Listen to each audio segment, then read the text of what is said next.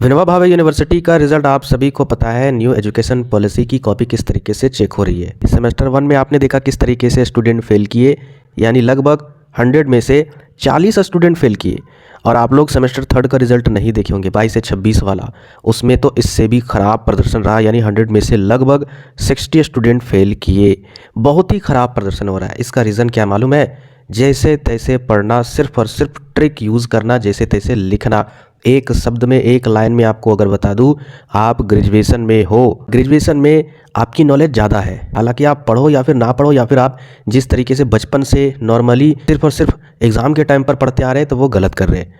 मैं आपको सच्चाई बताऊंगा, धोखे में मत रखूंगा, ताकि आप ये नहीं बोलो कि सर आपकी बताए हुए चीज़ें यहाँ पर फॉलो नहीं होती है। और आज के वीडियो में मैं आपको पैसेज के बारे में बताने वाला हूँ। ये क्वेश्चन आएगा हूबहू इसी तरीके से क्वेश्चन लिखा रहेगा। Read the following text and answer the question that follow. यानी नीचे जो भी टेक्स्ट लिखे हैं, ये सारे टेक्स्ट को आपको क्या करना है, केयरफुली पढ़ना है, और उसके बाद नीचे जो क्वेश्चन दिए गए हैं उन सभी क्वेश्चन का आपको जवाब देना है। देखिए यहाँ पर अगर जिस तरीके से 2023 से 27 में सेमेस्टर 1 में पूछा गया था एसी इंग्लिश में, इस क्वेश्चन को अगर देखा जाए तो मैं मानता हूँ बहुत ही सिंपल था, बहुत ही सिंपल था। ईश्वर से यही दुआ कीजिएगा, अल्लाह ईश्वर भगवान जिससे भी अगर आपको दुआ करना है, आप यही दुआ कीजिएगा कि यही टाइप से क्वेश्चन आपके एग्ज़ाम में हूबहू आ जाए। आपका ये जो पैसेज वाला क्वेश्चन है, कॉम्प्रिहेंशन वाला क्वेश्चन है, बहुत अच्छे तरीके से बन जाएगा, पूरी गारंटी है। मैं फिर बोल रहा हूँ, कोई भी ट्रिक यूज़ नहीं हो पाएगा पैसेज वाले क्वेश्चन में, कोई भी ट्रिक नहीं यूज़ हो पाएगा। अगर आपकी ट्रांसलेशन, आपका वर्ड मीनिंग पावर, आपकी पढ़ने की शक्ति, एबिलिटी इंग्लिश की अच्छी है, तो आपका ये इसमें 10 में आपका 10 आ सकता है। नहीं तो हो सकता है 10 में 5 आए, या 10 में 4 आए, या हो सकता है सारे आंसर लिखने के बाद भी 10 में 3 आए। मैं आपको डरा नहीं रहा हूँ, यही सच्चाई है जिसे आपको एक्सेप्ट करना होगा। अब मैं आपको यहाँ पर क्या सलाह दूंगा, आखिर कॉम्प्रिहेंशन के क्वेश्चन कैसे बनाइएगा। ग्रेजुएशन के लेवल का सबसे पहला स्टेप क्या करना है, क्वेश्चन को नहीं पढ़ना है, यानी पैसेज को नहीं पढ़ना है। पैसेज की मैं बात कर रहा हूँ, पैसेज को नहीं पढ़ना है। क्योंकि पैसेज क्या है, आपको लगेगा कि यार इसका आंसर इसी में छिपा हुआ है, लेकिन याद रखिएगा सबसे ज़्यादा अगर टाइम आपका जो बर्बाद करेगा ना, ये पैसेज बर्बाद करेगा। इस बात को हमेशा याद रखिएगा, इसे अपने दिमाग में बैठा कर रखिएगा, और इस पैसेज को बिल्कुल भी नहीं पढ़ना है। इसके बाद आपको क्या करना है, सीधा, जैसे कि मैं इसको ज़्यादा पढ़ा नहीं हूँ, मैं डायरेक्ट क्वेश्चन कर रहा हूँ, तो सीधा हम लोग इसके क्वेश्चन पर ही आते हैं। अब यहाँ पर क्वेश्चन में आते हैं, तो सबसे पहले वाले क्वेश्चन में जाते हैं। तो यहाँ पर मैं आपको बता दूँ टोटल कितना क्वेश्चन है, ए बी सी यानी 3, डी 4, ई 5, टोटल 5 क्वेश्चन है, और हर एक क्वेश्चन 2-2 नंबर का रहने वाला है। बहुत ही अच्छी खासियत है क्वेश्चन का कि यहाँ पर ऑप्शन भी दिए हैं। इससे बेटर क्या होगा, आपका जो आंसर है वो आसानी से बन पाएगा। सबसे पहले क्वेश्चन पढ़ेंगे, क्या लिखा हुआ, which of this is not a characteristics of A whale. अब यहाँ पर आप लोग को मैं झूठा मूठा सिर्फ ऐसी आपके प्रोत्साहन के लिए बोल दूँ, जो भी स्टूडेंट को अगर लग रहा है कि फेल हो जाओगे डर के मारे, ये देखिए ये ट्रिक यूज़ कीजिए, तो ऐसा कुछ काम नहीं आने वाला है। क्या काम आएगा, मैं इसका आंसर कैसे निकालूंगा, देखिए ट्रांसलेट करके, इंग्लिश टू हिंदी ट्रांसलेशन कम से कम बेसिक तो आना चाहिए। तो यहाँ पर क्या लिखा हुआ, which of this is not characteristics. Characteristics का मतलब होता है खासियत, क्वालिटी। उसके अंदर क्या क्वालिटी नहीं है ऑफ ए व्हेल। मतलब देखिए मैं तोड़ मरोड़ के इसका आंसर निकाल रहा हूँ, सटीक फिर भी मैं नहीं निकाल पा रहा हूँ, लेकिन देखिए आंसर कैसे निकालेंगे, यानी which of this not a characteristics of A whale, यानी जो एक व्हेल मछली है उसकी क्या खासियत नहीं है, उसकी क्या क्वालिटी नहीं है, विशेषता होता है कैरेक्टरिस्टिक्स का मतलब, उसकी क्या विशेषता नहीं है, नोट को ध्यान में रखना है। तो यहाँ पर देखिए सबसे पहले ऑप्शन में आते हैं। अब बहुत सारे स्टूडेंट इसको पढ़ेंगे, इसको क्या करेंगे, कैरेक्टरिस्टिक्स ऑफ ए व्हेल, चलो पैसेज में ढूंढते हैं वो वाला लाइन। तो ऐसी गलती मत करना, बचपन वाला बेवकूफ़ी वाला गलती। आप ग्रेजुएशन दे रहे हो, अपने लेवल के तहत ट्रांसलेट करना सीखो, क्वेश्चन के आंसर के मीनिंग को निकालना सीखो। तो यहाँ पर हम लोग क्या करेंगे, ऑप्शन को पढ़ेंगे, लिव्स इन वाटर, यानी पानी में रहते हैं। बिल्कुल, ये तो इसकी खासियत है भाई, इसकी क्वालिटी है। फिर हॉट फ्लडेड, यानी गर्म बाढ़ वगैरह, जो गर्म पानी वगैरह, गर्म बाढ़ जो भी है, ये पानी से रिलेटेड है, मैं भी नहीं जानता हूँ। आगे देखते हैं कैसे निकालेंगे। लेस एग्स, यानी अंडे देती है। आप लोग दिमाग लगाइएगा, व्हेल मछली अंडे देती है, आप पढ़े होंगे कहीं भी बचपन में जनरल नॉलेज में, ये नहीं होगा, अंडे देती ही नहीं है। इसके बाद देखिए, इट्स फिश फॉर सर्वाइवल, यानी ये मछलियों को खाकर जीती है, सर्वाइव करती है, यानी ये भी इसकी खासियत है, पानी में रहती है, ये भी इसकी खासियत है, और ये भी इसकी खासियत है। तो यहाँ पर क्या नहीं होगा, लेस एग्स, यानी वो अंडे नहीं देती है, यहाँ पर क्या होगा, देती है ना, तो ये अलग हो गया, तो वो क्या देती है, बच्चे देती है, तो बच्चे देती यहाँ पर अगर हो जाता तो ये भी आंसर में होता, लेकिन ये नहीं है, तो ये सबसे अलग ऑप्शन है, इसको आंसर मार देंगे, यानी ये इसकी कैरेक्टरिस्टिक्स नहीं है।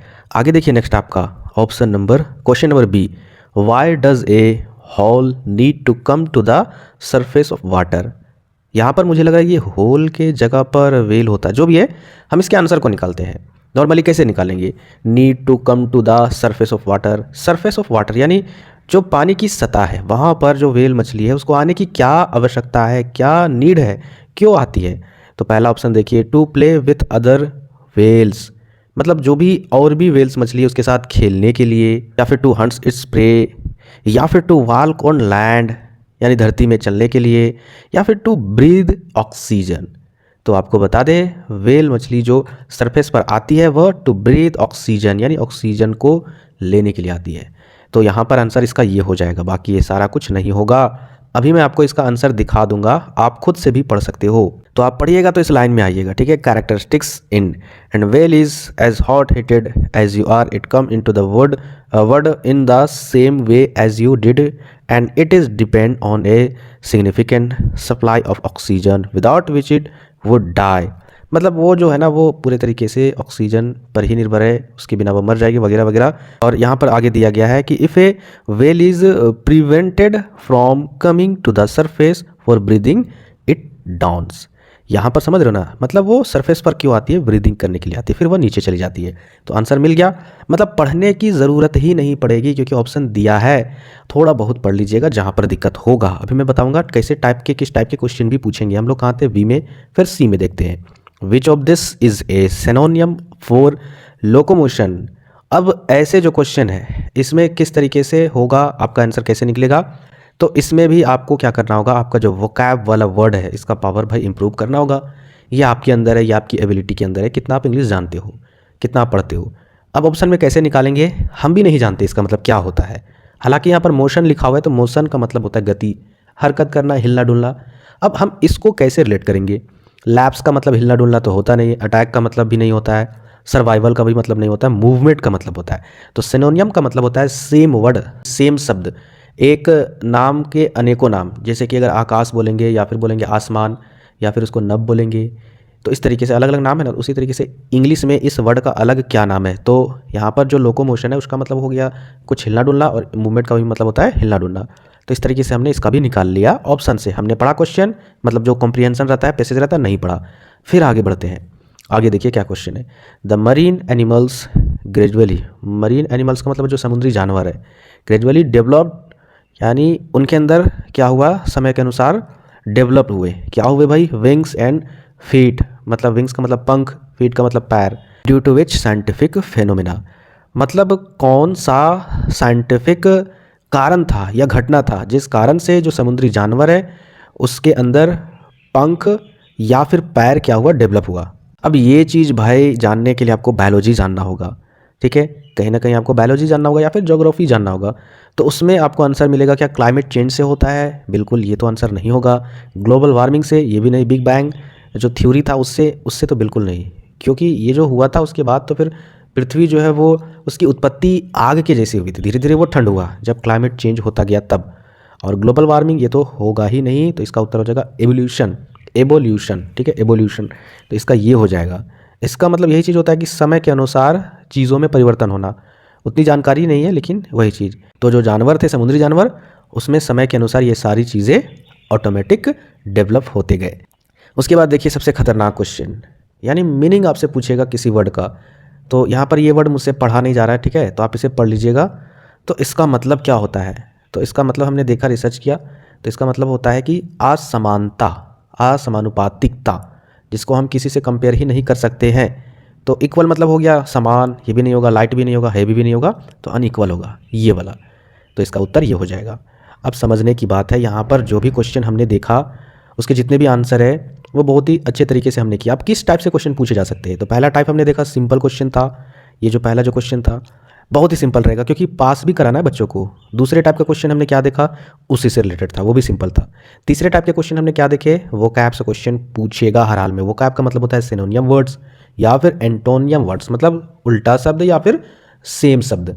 इसके बाद हो सकता है आपसे इस टाइप से भी क्वेश्चन पूछेंगे, क्या होता है इसका मीनिंग, या इसके अलावा और भी क्वेश्चन होते हैं, प्रैक्टिस कर लीजिएगा। आप क्लास 12th में देखे होंगे, किसी भी अगर क्लास का आपके पास कॉम्प्रिहेंशन वाले क्वेश्चन है, किसी भी क्लास का, चाहे क्लास 12 का हो या फिर ग्रेजुएशन का हो, उससे प्रैक्टिस कीजिए, आपका काम बन जाएगा। क्योंकि कोई भी इंसान नहीं बता सकता कि पैसेज में क्या क्वेश्चन रहने वाला है। VVI क्वेश्चन तो होता ही नहीं है पैसेज में, ठीक है।